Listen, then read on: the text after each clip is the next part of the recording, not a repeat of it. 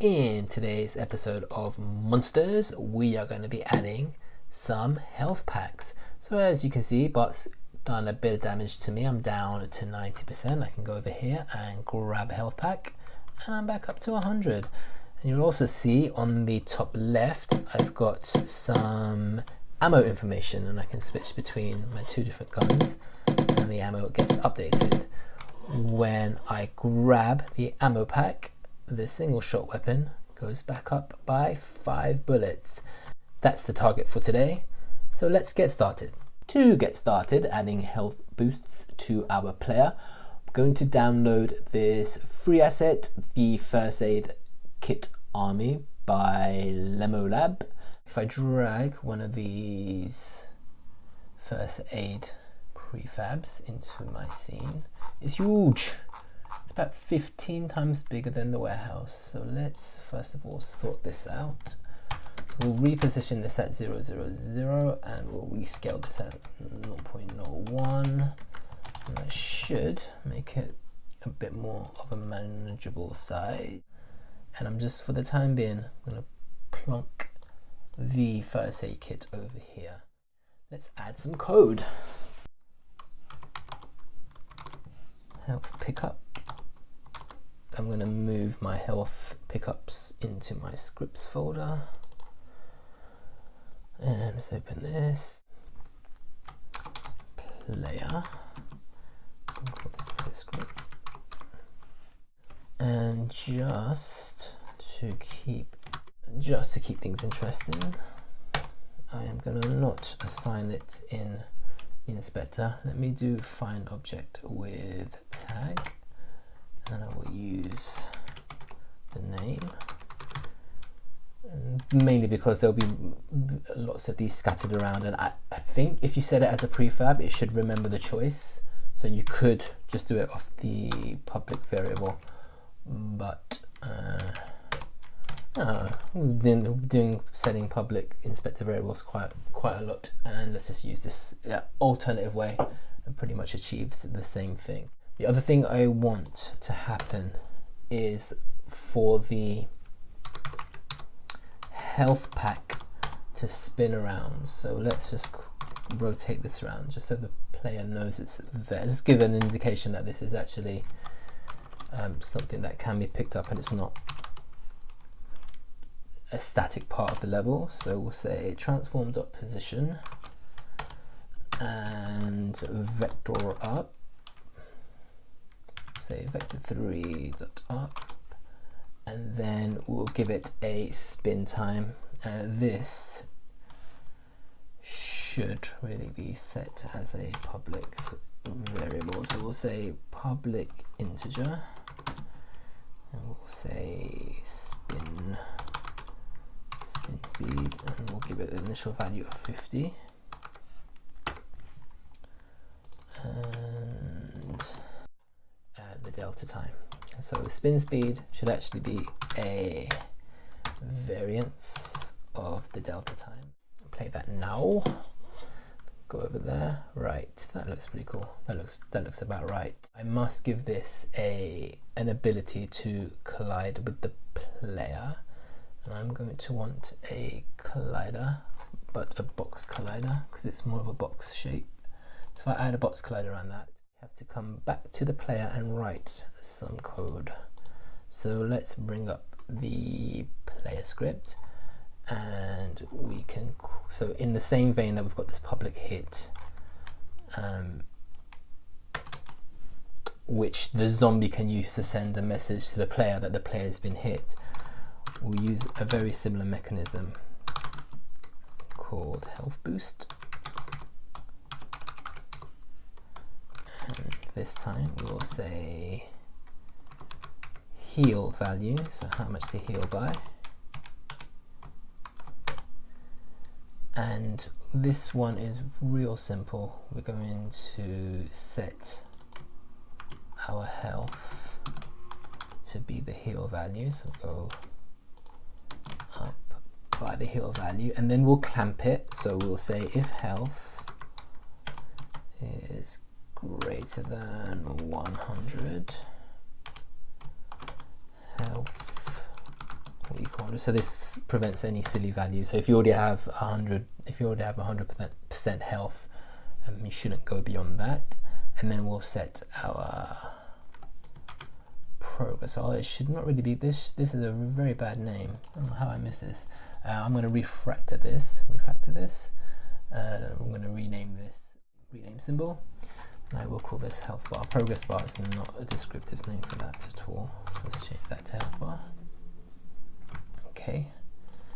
And we will set the health bar to equal health.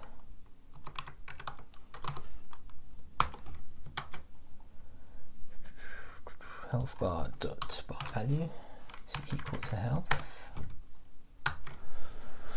That should take care of everything on the player side. So let's write it's on collision enter. Yep. So we'll check whether this is the player. Okay. And now we can take the player script and we can call health boost.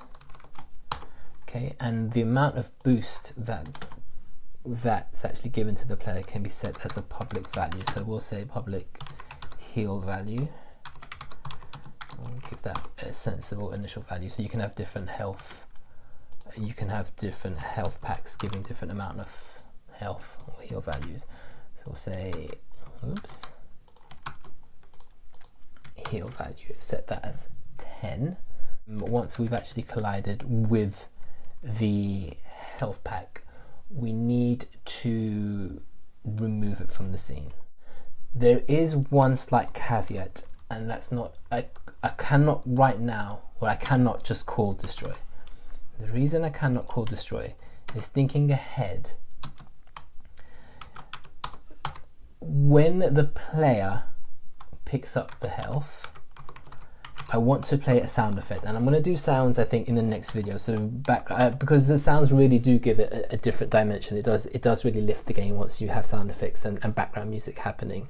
So if I just call destroy and I try to play a sound effect at the same time, then you will not hear the sound effect. So what we have to do is wait for a certain period of time and then call destroy. So we'll say return. So we're going to do this with a I enumerator, which just allows you to pause without holding up any frame rate, so we can yield execution to something else. And I'm going to pause for 2 seconds. So we'll wait for 2 seconds, and then we'll call destroy. It's not the game object, it's a transform dot parent dot game object, and we want to hide this straight away. So let's do that. I'll say transform dot get component, and I want the mesh renderer there. We'll say enabled equals false. And I'm going to add one more thing to this, and that's going to be an isActive flag. So let's do this.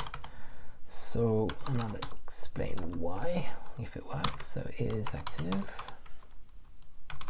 equals true. So this is like an isAlive flag. Set this to isActive equals false. And now here we'll check if it's active. It's true. Okay. The reason being is that for the 2 seconds, whilst we haven't destroyed the game object, the collision is still available. So if we stay in the same place, whilst we're waiting for this 2 seconds to pass, we could recollide with the health boost and get multiple health boosts. So this isActive flag essentially only allows us to collide with the player once, or the player to collide with us once, us being the health pack. When I renamed the health bar, it removed it from the player script or the public part of the inspector. So my health bar here is now null. And I also renamed the UI from progress bar to health bar. So if I grab that and put that into there. And one other mistake I have made, one amongst many, is I cannot just call self-destruct like it's just any ordinary function. Who do I think it is? It's not an ordinary function, it's an enumerator function. So what I need to do is go to start coroutine and then call it, so that it can do yield in the way it's supposed to. Good. All right, let's wander over to Bart, get him to do his thing. Come on, Bart, here we go. Brains for you. Swing. Right, I'm down to 90. Now up, down to 80. Got me again. Gonna roll. Now this time 80% should turn to 90 there, and then after 2 seconds there. Okay, now you may have seen this or you may not, but this time watch what happens to the first aid kit. Once I pick it up, after 2 seconds it should be removed from the scene, so I should only get 1 health boost at max. Okay, so let's try that one more time, and this time keep an eye out onto the top left. Good, there you go. Bart's got me down to 90%.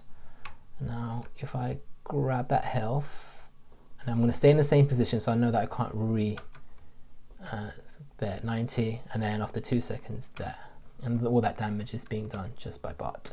So that's the health mechanic done. Let's move on to ammo. Will be very similar to how we did health, so I'm going to use this ammo box by Bethart Creative Studios. I'm going to fix the materials. So if I go over to render pipeline, pretty used to this by now. Grade, proceed. Okay, grab an ammo box, put it over here. It's a decent size. That helps. Take that, put it in here, spin value. Okay, the same way we access the player in health, we will do exactly the same thing in our ammo script. Really, there should be some sort of shareable logic. It's not the best way. It's whenever you're copying and pasting code, something's not quite right. But these are very, very simple classes, so hopefully I don't get arrested by the code complete police. And all right, so this is actually where things become slightly more complex than health, because we have multiple guns. So I've got my public array of weapon ammo data, and I've got that as just a standard public class. And the last thing I need to do to see this in the inspector is put a system.serializable. So now if I save that and head over to the inspector, oh, and I think I should add one more thing, and I'll call this public, and we'll call this the damage value. So each gun can have a different damage values, and I can now start adding these values. So I've got 2 guns for the time being, and we'll start that off with 100.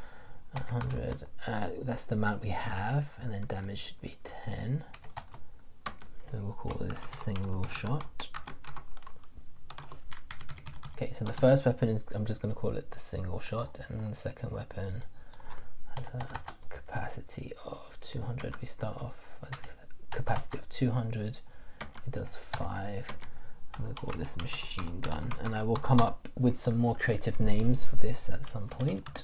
I need to add a UI element that shows which weapon I currently have. So what I want to do is add a brand new UI element, and it's going to be text. Go text mesh pro, import TMP essentials, just so your text looks nicer. So I'll set its anchor point to be up here. So now when I move it, it should move relative to the top left, which is what I want.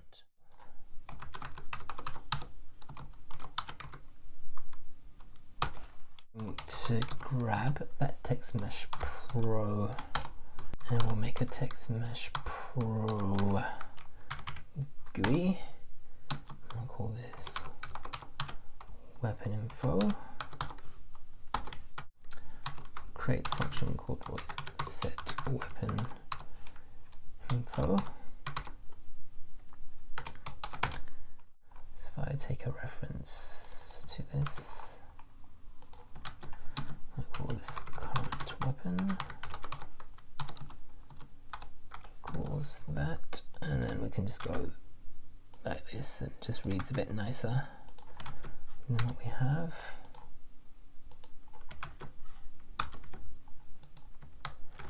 Okay, so if we take this and set weapon info at the beginning.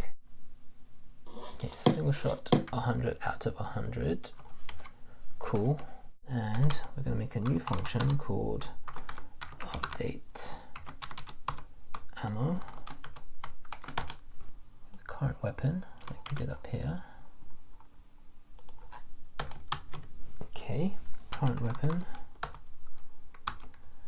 Ammo value minus equals, and now this, I'm gonna hard code this to 1 just to check that it works, because the multi-shot shouldn't just go down by 1 when you shoot. The multi-shot should go down by something more, and that needs to be incorporated into this structure.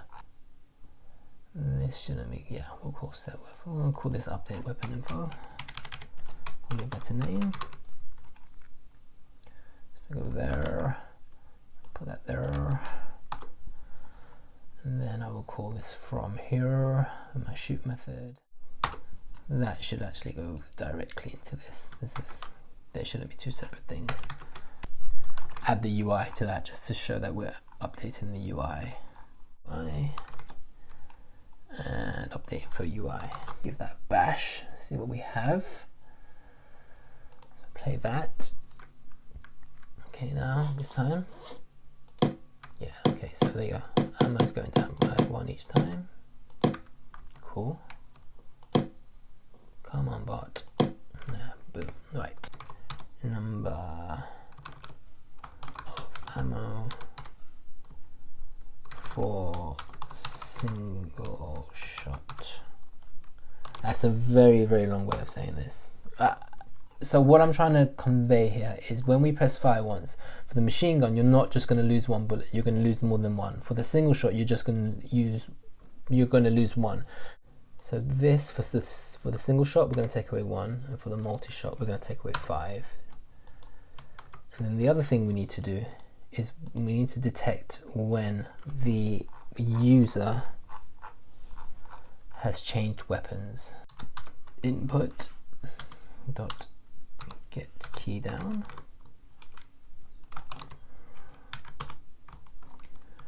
and we will say key code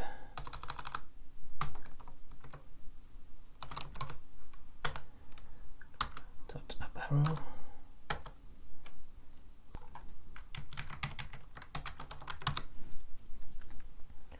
Okay, and here we're going to decrease our index by 1, and we're going to call an imaginary function. We're going to call this weapon change.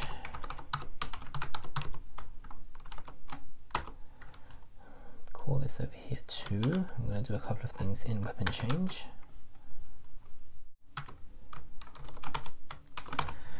First thing we need to do is check whether we are within range. So we'll say if current weapon index is greater than or equal to, then we want the length of this array. I believe in C# that should just be length. Yep. We're going to cycle back. So we'll say length equals 0, and now we're going to check for if we're going to go below 0. This time we'll say it's less than 0. We're going to go to the last one, roll. So basically we're rolling around our weapons array. So we'll say length minus 1, because it starts counting from 1, and the arrays start off at 0. Is my long variable name, number of ammo lost for single fire. Okay, so single shot takes away 1 bullet for single shot, and machine gun should take away, let's say 10. Okay, single shot goes down by 1. Multi-shot should go down by, yeah. Public enum, and we'll call it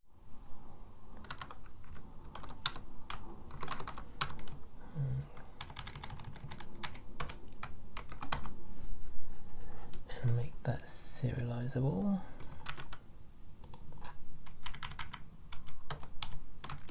Okay, and we'll go single shot, and we'll call this machine gun. Now this basically maps to the name, machine gun. Type.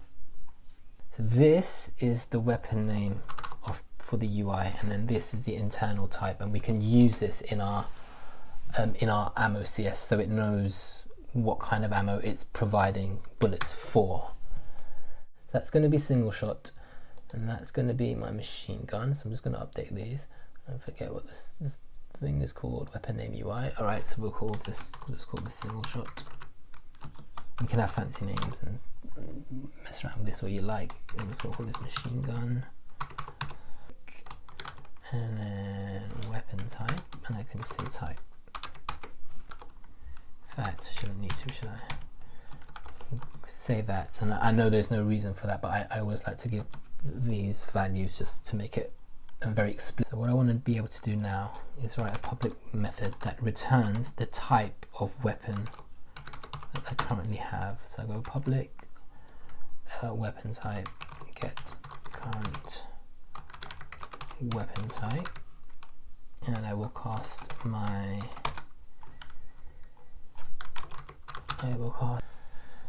so we'll say that, and there's probably a much safer way of doing this, but again, just for the sake of keeping things nice and simple. If you have 2 weapons in your weapons array, you have to have 2 weapons in your weapon type. Yeah, that should get us by. I choose that, and so I'm going to set up. So this is going to be for single shot, and then what I want to also set is how much. So I will say in here, I will say public integer ammo value. So that's how much we're going to replenish our supplies. Set that to 0, so the user has to set this. And in fact, this should really be driven by this, but this video's gone on quite long as it is. We'll go public void ammo boost, and we'll say int ammo boost, and we'll say int ammo value, and we shall increase the amount. So we'll grab our current weapon. Let's grab that.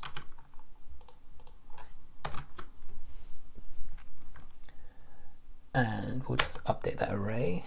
So we'll say current weapon dot ammo value plus equals ammo value.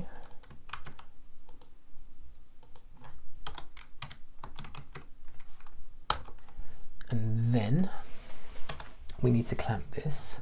The value is greater current weapon dot capacity.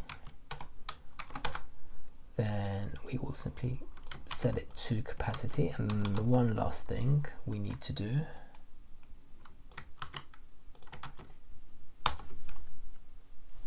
in fact, a couple of last things we need to do. We need to check whether we're already at capacity when we pick this up, because if we're already at capacity, then we don't want to actually pick up the ammo. It wouldn't make any sense. If you already have the maximum bullets, then you can't pick up any more bullets.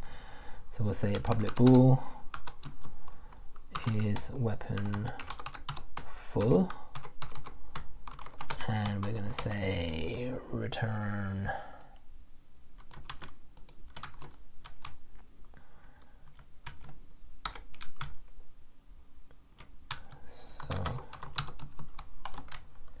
these two are the same, then we are full. That's what we're going to say, just in case. Okay. And then we'll have one more for is weapon empty. We'll simply test it against 0.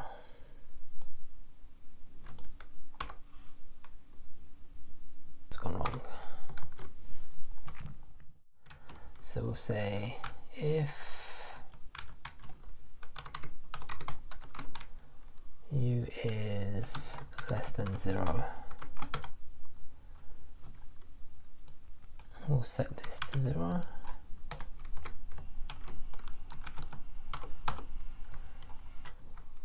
If is weapon empty is equal to false. An oversight I've made is this function here is weapon full actually needs to take in the weapon type, because it should not just be dependent on the current weapon, because you could pick up ammo for a weapon that you currently haven't armed. So what we will do is provide the weapon type for is ammo full. Okay, and then we will cast this into an integer.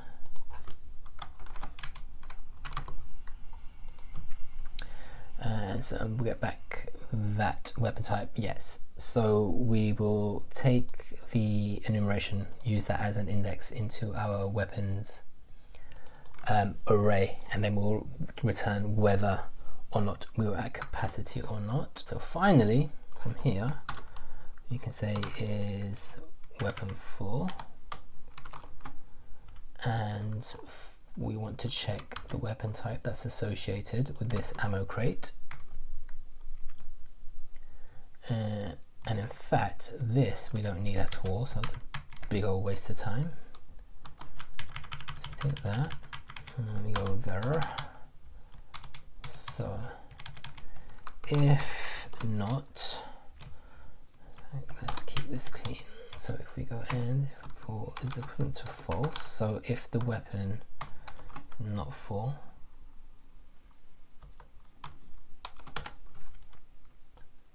we're going to do all this jazz,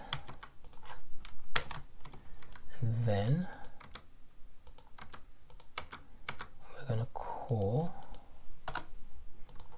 the player script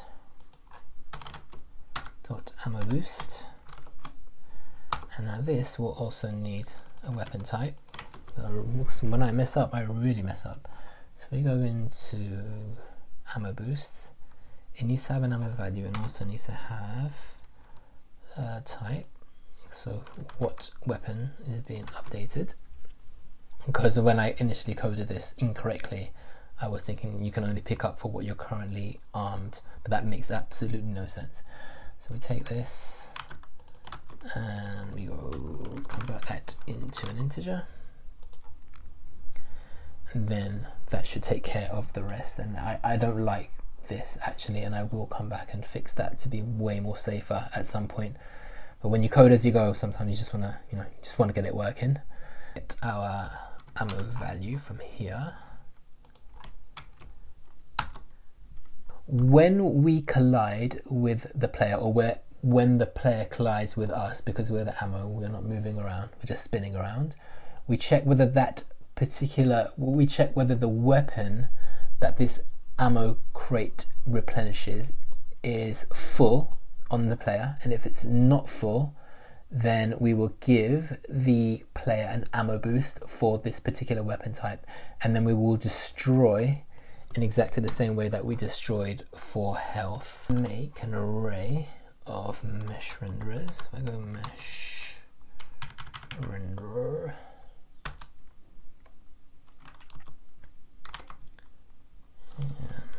we'll make that children MR. Okay, and then I can loop through each one in my, because essentially the script is attached to the parent. The parent doesn't have the meshes attached, it's the children, and there's multiple children. Children MR equals get components in children, and the mesh renderer.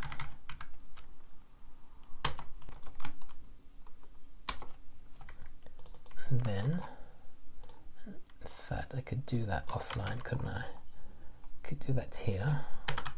So I've set that up, and then, you know, for each loop, back over here, and that becomes the input.